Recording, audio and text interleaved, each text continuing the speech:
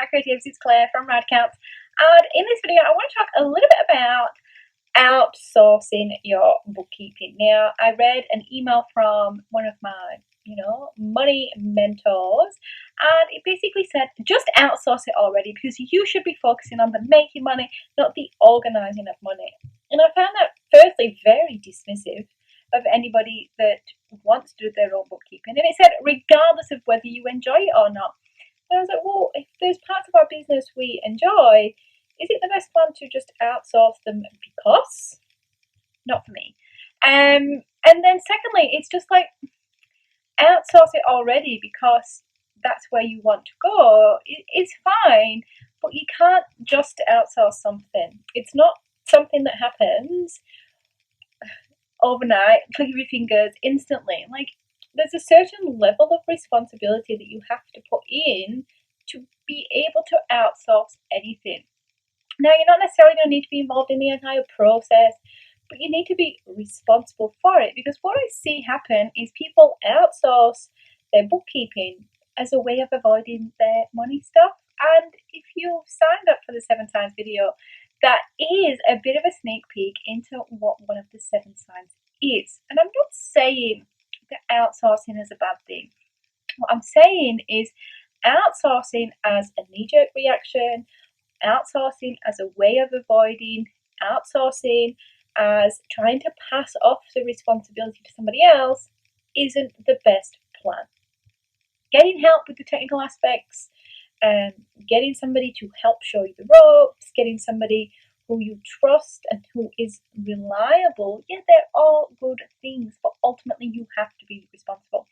And I have seen this happen a few times where people just innately, or rightly or wrongly, just trust that the person that they have engaged to do something is doing the right thing in the way they want it done as well. So you may have a particular idea of how you want to track your expenses. You may have a particular idea of how you want to track your income.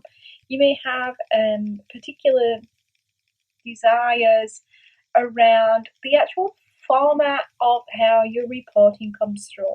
Like, just giving it to somebody else isn't necessarily going to make those things happen, and then trying to unpick and unravel how they've set it up in a way you didn't want, in the way that they think's best, but that isn't necessarily best for how you want to run your business, doesn't work out that well. Also, you can't just outsource it and have no involvement, because a bookkeeper and accountant isn't going to know necessarily what that purchase from Officeworks was for. They may be able to see that you bought folders, but were they for home office?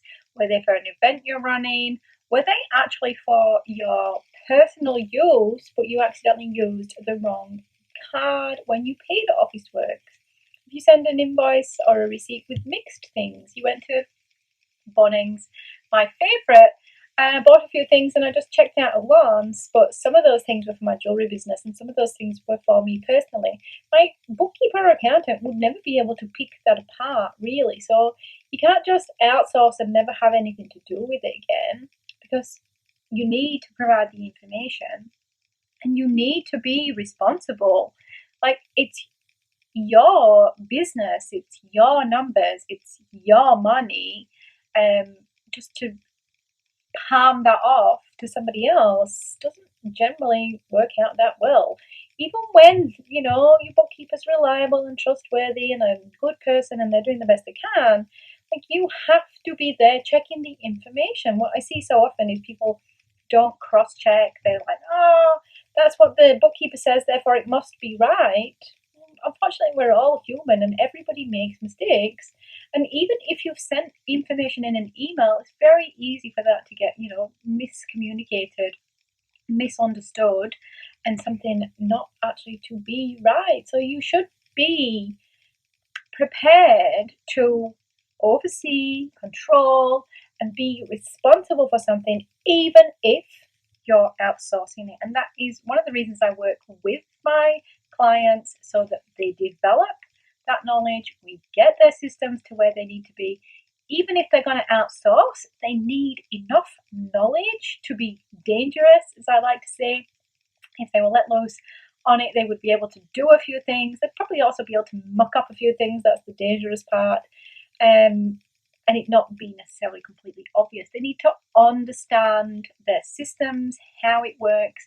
They need to be controlling the flow of their money, understanding what's happening with taxes, understand what's happening if they have payroll, understand what government benefits they may have been entitled for during, the things like those sorts of things, unfortunately, are your responsibility as the business owner.